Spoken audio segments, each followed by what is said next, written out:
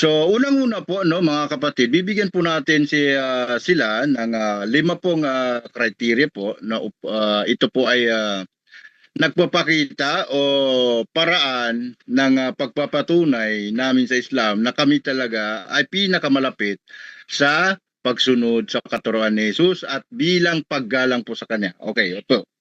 Ang Islam po, mga kapatid, no, unang-una po sa ating pong criteria, naniniwala at minamahal po namin si Jesus bilang sugo at propeta ng Allah.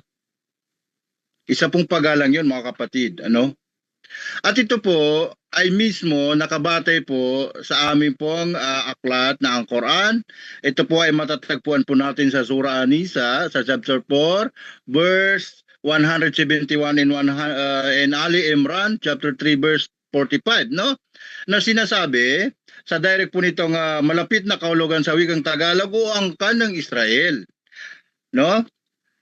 Angkan ng kasulatan, huwag kayong magmalabi sa inyong relihiyon sa pagkilala sa isang Mesiyas na anak ni Maria bilang sugo lamang ng Allah. Sugo lamang ng Allah. Sugo lamang ng Allah. A few moments later. Unang tanong ko, Brother James, no, dahil sabi mo mayroon kang 5 criteria para ipakita sa amin ang paggalang ninyo kay Jesus, no? At ang ating tema ay sino ang may mataas na pagkilala o paggalang kay Panginoong Jesucristo. Sa unang criteria mo, sabi mo, minamahal nyo bilang sugo at propeta si Jesus, pero sugo lamang siya ni Allah, ayon sa Surah 4:171, no?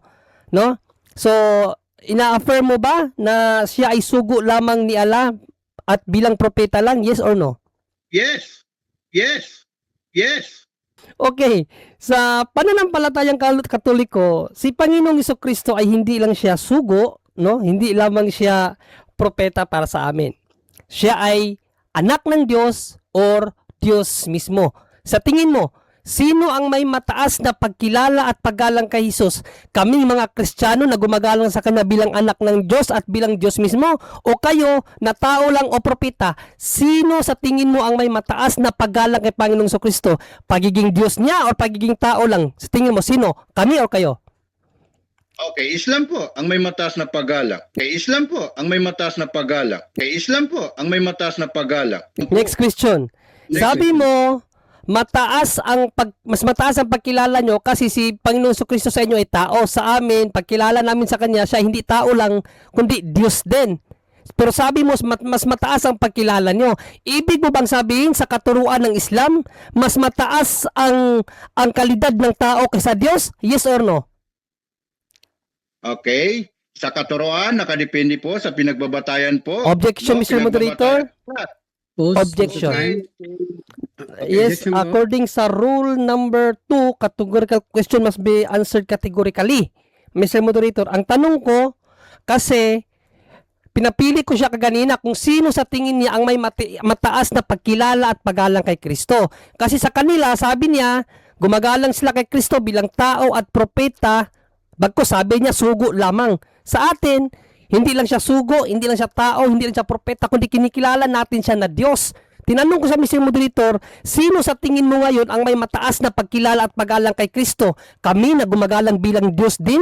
O siya na hanggang tao lang, hanggang propeta lang? Sabi niya, mas mataas na yung paggalang nila. Kaya sinundan ko ng question, Mr. Moderator, ibig ba niyang sabihin sa katuruan ng Islam, mas mataas ang antas ng tao kaysa antas ng Diyos, Mr. Moderator? Yes or no ang question?